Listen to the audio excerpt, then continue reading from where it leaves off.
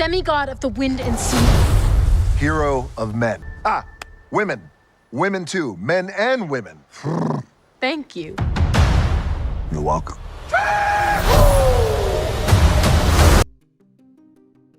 What if Disney's live-action Moana is not really trying to prove that the animated original needed a remake, but trying to prove that this specific story is powerful enough to survive a completely different form? Because that is the real pressure sitting on this movie. On paper, Moana already looks like one of Disney's safest bets. The original 2016 film was a major success. Moana 2 exploded past the billion-dollar mark worldwide, and the franchise has stayed huge with audiences long after the first movie left theaters. Disney was never going to leave that kind of cultural and commercial power sitting untouched for very long. The moment this remake was announced, the logic behind it was obvious. This was not a niche revival. This was Disney going back to one of its strongest modern brands and trying to translate it for a new theatrical generation. So when I look at the new Moana trailer, I am not just asking whether it looks familiar enough for fans of the animated film. I am asking whether it has found a reason to exist beyond nostalgia. And based on what Disney is showing so far, I think it might actually have one. The film hits theaters on July 10th, 2026. And the core setup is exactly what people would want preserved. Catherine Laga takes over as Moana, Dwayne Johnson returns as Maui, and Thomas Kail directs the project as a reimagining rather than a shot-for-shot mechanical copy. That distinction matters. Kail is not coming out of nowhere. This is someone with major staging instincts, strong emotional rhythm, and a real sense of performance from his theater background, especially Hamilton. If Disney wanted someone to make this feel larger without losing intimacy, that choice makes sense. And then there is the easiest headline in the whole movie, Dwayne Johnson as Maui. That was always going to be the first thing people focused on, because it is the clearest bridge between the animated version and the live-action one. Johnson is not just returning in voice, he is physically stepping into the role, and that makes the remake feel more continuous with the original than most Disney live-action projects ever do. It also creates a weird challenge, because Maui is a very exaggerated animated design. He is huge, mythic, cartoonishly powerful, and visually defined by scale.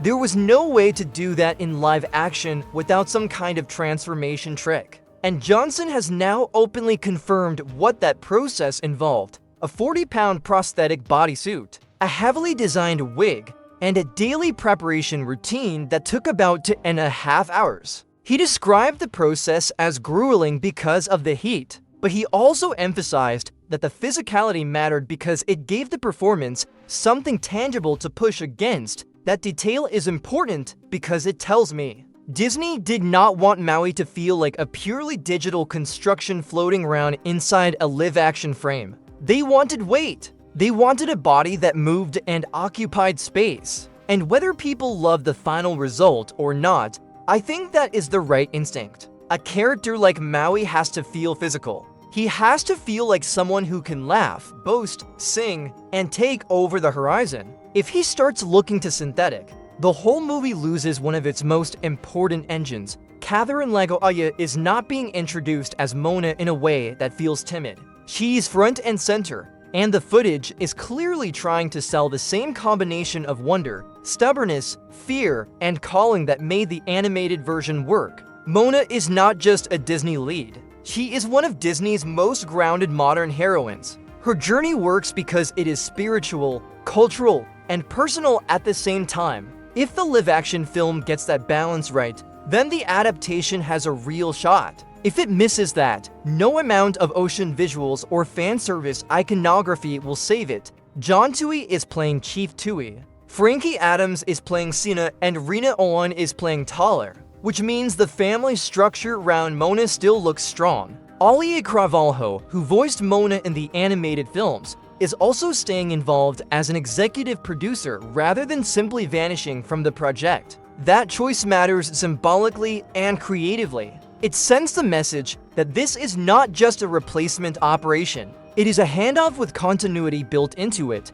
Mark Mancina, Apataya Thoe, and Lin-Manuel Miranda are all involved in the live-action film's music, with Miranda also serving as a producer. This was never just about catchy songs. It was about musical identity.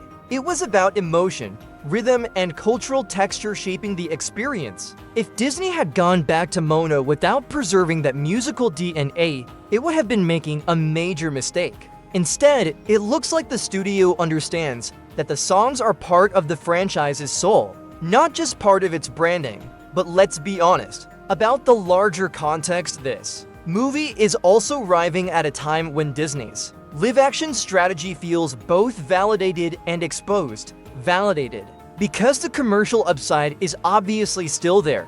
Lilo and Stitch crossed the $1 billion mark worldwide in 2025, which is exactly the kind of result that keeps this machine moving. Exposed because the floor on these projects can be ugly. Snow White struggled badly at the global box office, and the conversation around that film made it painfully clear that brand recognition alone is no longer enough to guarantee a win. That makes Moana feel less like a routine follow-up and more like a test of whether Disney can still identify which remakes actually translate culturally and theatrically. And Moana is uniquely positioned inside it because, unlike some of Disney's older animated remakes, Moana does not carry the same dust-covered museum quality that invites people to ask why it needs to exist again. This is a much newer property. It is still active in the culture. It still feels contemporary. It still has enormous streaming life, and its sequel just proved the franchise is nowhere near exhausted. That creates a strange advantage. The live-action film does not need to revive Moana. It needs to justify reinterpreting it. And from a representation standpoint, there is another reason people are watching this closely. Moana was already meaningful to a lot of viewers because it offered a major Disney heroine shaped by Polynesian culture, ocean tradition, and family dynamics that felt refreshingly specific rather than flattened into generic fantasy. A live-action adaptation raises the stakes on all of that. Animation can suggest, live-action embodies. So audiences are naturally going to look harder at casting, production choices, physical design, and whether the movie feels like a celebration of culture or just another giant Disney product wearing cultural clothing. The good news is that the people behind the film seem to understand that this cannot just be a visual translation. It has to feel emotionally and culturally lived in. Johnson himself has spoken in those terms, framing Maui not just as a fun role, but as something tied to ancestral pride and responsibility. The trailer also suggests Disney is leaning into familiar animated elements rendered with live-action texture and photoreal creatures. Pua, Hai, Tamatoa, TK, and the Kakamora all appear poised to make that transition, and that is one of the places where this movie could either delight people or start feeling over-designed. The line between magical and synthetic is always thin in films like this. But if the emotional center is strong enough, audiences are often more forgiving of the visual seams than people think. And that brings me back to the biggest question.